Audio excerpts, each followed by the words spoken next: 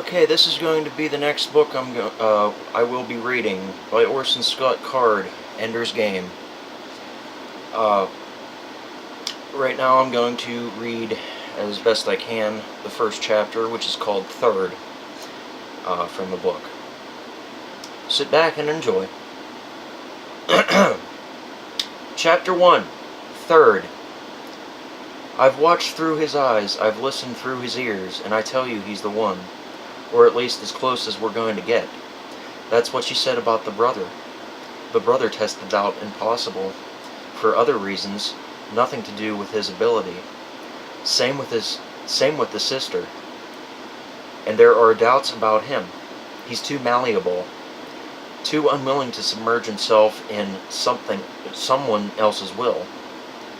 Not if the other person is his enemy. So what do we do? Surround him with enemies all the time? If we have to. I thought you said you liked this kid. If the buggers get him, they'll make him look like his favorite uncle. Alright, we're saving the world after all. Take him. The monitor lady smiled very nicely and tousled his hair and said, "Andrew, I suppose by now you're just absolutely sick of having that horrid monitor. Well, I have good news for you. That monitor is going to come out today. We're going to take it right out, and it won't hurt a bit." Ender nodded. It was a lie, of course, and that it wouldn't hurt a bit. But since adults always said it was when it was going to hurt, he could count on that statement as an accurate prediction of the future. Sometimes lies were more dependable than the truth. So if you'll just come over here, Andrew, just sit right up here on the examining table. The doctor will be in to see you in a moment. The monitor gone, Ender tried to imagine the little device missing from the back of his neck. I'll roll over on my back in bed, and it won't be pressing there. I won't feel it tingling and taking up the heat when I shower. And Peter won't hate me anymore. I'll come home and show him that the monitor's gone, and he'll see that I didn't make it either. That I'll just be a normal kid now, like him. That won't be so sad then. He'll forgive me that I had my monitor a whole year longer than he had his. We'll be not friends, probably. No, Peter was too dangerous. Peter got so angry. Brothers, though, not enemies, not friends, but brothers, able to live in the same house. He won't hate me, he'll just leave me alone. And when he wants to play buggers and astronauts, maybe I won't have to play. Maybe I can just go read a book. But Ender knew, even as he thought it, that Peter wouldn't leave him alone. There was something in Peter's eyes when he was in his mad mood. And whenever Ender saw that look, that glint, he knew that the one thing Peter would not do was leave him alone. I'm practicing piano, Ender. Come turn the pages for me. Oh, is the monitor boy too busy to help his brother? Is he too smart? Got to go kill some buggers astronaut? No, I don't want your help. I can do it on my own. You little bastard. You little third. This won't take long, Andrew, said the doctor. Ender nodded. It's designed to be removed without infection, without damage, but there'll be some tickling. Some people say they have a feeling of missing something.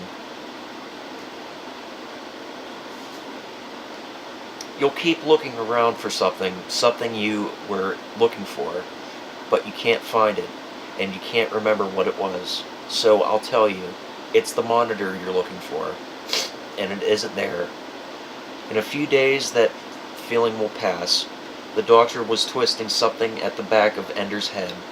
Suddenly a pain stabbed through him like a needle from his neck to his groin. Ender felt his back spasm, and his body arched violently backward. His head struck the bed. He could feel his legs thrashing, and his hands were clenching each other, wringing each other so tightly that they arched. "Dee," shouted the doctor. "I need you." The nurse ran in, gasped. "Got to relax these muscles. Get it to me, now." "What are you waiting for?" Something changed hands. Ender could not see. He lurched to one side and fell off the examining table. "Catch him!" cried the nurse. "Just hold him steady." "You hold him, doctor. He's too strong for me." "Not the whole thing. You'll stop his heart." Ender felt a needle enter his back just above the neck of his shirt. It burned, but wherever in him the fire spread, his muscles gradually unclenched. Now he could cry for the fear and pain of it. "Are you all right, Andrew?" the nurse asked. Andrew could not remember how to speak. They lifted him onto the table. They checked his pulse, did other things. He did not understand it all. The doctor was trembling. His voice shook as he spoke. "They leave these things in the kids for 3 years. What do they expect? We could have switched him off. Do you realize that? We could have unplugged his brain for all time." "When does the drug wear off?" asked the nurse. "Keep him here for at least an hour. Watch him. If he doesn't start taking in 15 minutes, call me. Could have unplugged him forever. I don't have the brains of the bugger." He got back to Miss Pomfrey's class only 15 minutes before the closing bell. He was still a little unsteady on his feet. "Are you all right, Andrew?" asked Miss Pomfrey. He nodded. "Were you ill?" He shook his head. "You don't look well." "I'm okay." "You'd better sit down, Andrew." He started toward his seat, but stopped. Now what was I looking for? I can't think what I was looking for. "Your seat is over there," said Miss Pomfrey. He sat down. But it was something else he needed, something he had lost. "I'll find it later." "Your monitor," whispered the girl behind him. Andrew shrugged. "His monitor," she whispered to the others. Andrew reached up and felt his neck. There was a band-aid. It was gone. He was just like everybody else now. "Washed out, Andy?" asked a boy who sat across the aisle and behind him. Couldn't think of his name. Peter? No, that was someone else. "Quiet, Mr. Stilson," said Miss Pomfrey. Stilson smirked.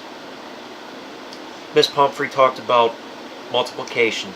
Ender doodled on his desk, drawing contour maps of mountainous islands, and then telling his desk to display them in 3 dimensions from every angle. The teacher would know, of course, that he wasn't paying attention, but she wouldn't bother him. He always knew the answer, even when she thought he wasn't paying attention. In the corner of his desk, a word appeared and began marching around the perimeter of his desk. It was upside down and backward at first, but Ender knew what it said long before it reached the bottom of the desk and turned right side up. Third. Thank you all. I appreciate it.